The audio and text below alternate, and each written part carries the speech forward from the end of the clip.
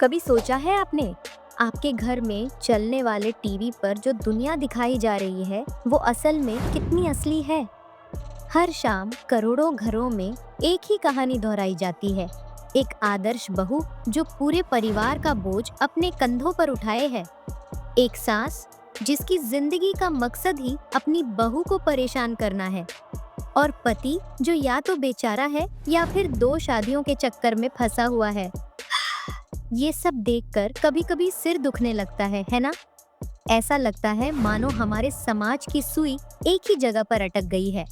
लेकिन क्या होगा अगर मैं आपसे कहूँ कि ये सब हमेशा से ऐसा नहीं था?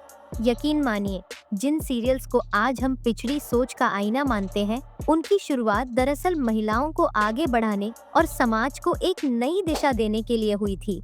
सिर्फ सीरियल ही नहीं, हमारा पूरा सिनेमा एक जमाने में देश की आवाज हुआ करता था। ये एक ऐसा जरिया था जिससे देश की मिट्टी की कहानियां घर घर तक पहुंचती थीं। तो सवाल ये है कि आखिर ऐसा क्या हुआ? वो कौन सा मोड़ था जहां से महिला सशक्तिकरण का ये सफर सास बहू और साजिश की अंधेरी गलियों में खो गया? चलिए आज इस कहानी की परतों को खोलते हैं। कहानी शुरू होती है 1915 के आसपास। उस वक्त अंग्रेजों का राज था और वो हमें ये यकीन दिलाने में लगे थे कि उनकी संस्कृति महान है और हम हमेशा से गुलाम ही रहे हैं। इस झूठ के पर्दे को चीरने का काम किया हमारे सिनेमा के पिता दादा साहेब फाल्के ने। उन्होंने राजा हरिश्चंद्र और लंका दहन जैसी फिल्में बनाकर हमें हमारी महान संस्कृति और इतिहास की याद दिलाई। ये फिल्में सिर्फ मनोरंजन नहीं, बल्कि देश में स्वाभिमान जगाने का एक मिशन थी। फिर आया 40 और 50 का मुश्किल दौर। देश में मजहबी हिंसा बढ़ रही थी, बंटवारे की मांग उठ रही थी। ऐसे में सिनेमा ने फिर अपनी जिम्मेदारी निभाई। पड़ोसी और भाईचारा जैसी फिल्में बनी जिनका एक ही मैसेज था, हम सब पहले हिंदुस्तानी हैं। ये सिलसिला चलता रहा। जब 1962 में हम चीन से जंग हारे तो देश का हौसला बढ़ाने के लिए हकीकत जैसी फिल्में बनाई गईं, जो बताती थीं कि भारत एक शांतिप्रिय देश है। और फिर आया 80 का दशक। अब लड़ाई सरहदों पर नहीं बल्कि समाज के अंदर थी। दहेज, शराब, भेदभाव जैसी बुराइयां समाज को खोखला कर रही थीं। इस बार बदलाव की मशाल बड़े पर्दे ने नहीं बल्कि छोटे पर्दे ने उठाई। और आपको जानकर हैरानी होगी कि इसका आइडिया किसी भारतीय का नहीं बल्कि एक मेक्सिकन डायरेक्टर मिगुएल साबिदो का था। वो अपने देश में सीरियल्स के जरिए सामाजिक बदलाव ला चुके थे। जब वो भारत आए और तत्कालीन प्रधानमंत्री इंदिरा गांधी से मिले तो भारत के पहले टीवी सीरियल का जन्म हुआ। 1984 में दूरदर्शन पर आया हम लोग मोमबत्ती।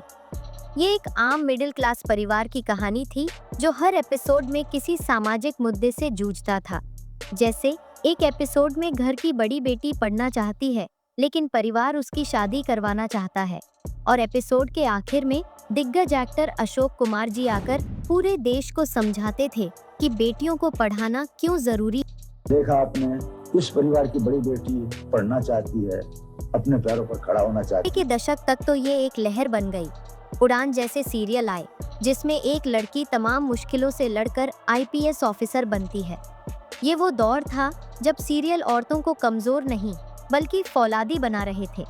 सब कुछ ठीक चल रहा था, लेकिन फिर आया साल 2000 और सब कुछ बदल गया। जो औरतें कल तक प्रोग्रेसिव दिखाई जा रही थीं, उन्हें अचानक रिग्रेसिव यानी पिछड़ी सोच का दिखाया जाने लगा। इसकी वजह थी टीआरपी की जंग। 1991 के बाद देश में दूरदर्शन के अलावा कई प्राइवेट चैनल आ गए, जैसे जी टीवी, स्टार प्लस। अब मकसद अच्छा कंटेंट बनाना नहीं बल्कि किसी भी तरह दूसरे चैनल से ज्यादा दर्शक खींचना बन गया।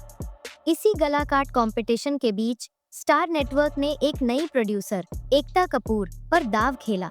एकता कपूर ने एक ऐसा सीरियल बनाया जिसने टीवी की दुनिया हमेशा के लिए बदल दी, क्योंकि सास भी कभी बहू थी। ये सीरियल सुपरहिट हुआ और इसके साथ ही सुपरहिट हो गया एक नया फॉर्मूला, सास बहू की लड़ाई, एक्स्ट्रा मैरिटल अफेयर और अंतहीन साजिशें। इसके बाद तो जैसे सीरियल्स की बाढ़ आ गई और वो अच्छा कंटेंट इस बाढ़ में कहीं बह गया। आज हालत ये है कि टीआरपी की टॉप 10 लिस्ट में आपको न्यूज या जानकारी वाले चैनल ढूंढने से भी नहीं मिलेंगे। सिर्फ वही चैनल टॉप पर हैं जो ये सास बहू वाले सीरियल दिखाते हैं। और इन्हें देखने वाली सिर्फ आंटियां नहीं बल्कि कॉलेज जाने वाले युवा भी हैं। लेकिन सबसे बड़ी समस्या ये है कि ये सीरियल हमारे समाज को क्या सिखा रहे हैं। हमारे पड़ोसी देश बांग्लादेश में तो इन भारतीय सीरियल्स को बैन करने के लिए याचिका दायर हो चुकी है। उनका आरोप है कि ये सीरियल उनके समाज में तलाक, घरेलू हिंसा और जलन जैसी भावनाओं को भड़का रहे हैं। यकीन करना मुश्किल है, लेकिन वहाँ एक सीरियल में दिखाई गई ड्रेस न मिलने पर कुछ औरतों ने अपने पतियों को तलाक दे दिया और कुछ ने तो आत्महत्या तक कर ली। हमारे देश में हुई रिसर्च भी यही कहती है। एक स्टडी में पाया गया कि लगभग 50% भारतीय पुरुष मानते हैं कि सीरियल्स में जैसा दिखाया जाता है औरतें और मर्द असल जिंदगी में वैसे ही होते हैं।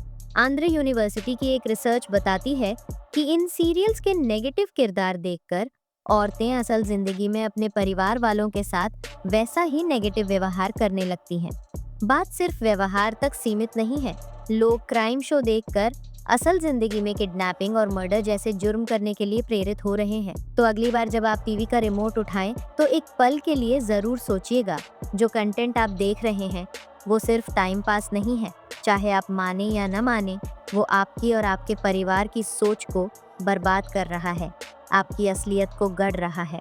उम्मीद है ये वीडियो आपको कुछ सोचने पर मजबूर करेगा। इस वीडियो को उन लोगों के साथ जरूर शेयर करें जो बहुत ज्यादा सीरियल देखते हैं।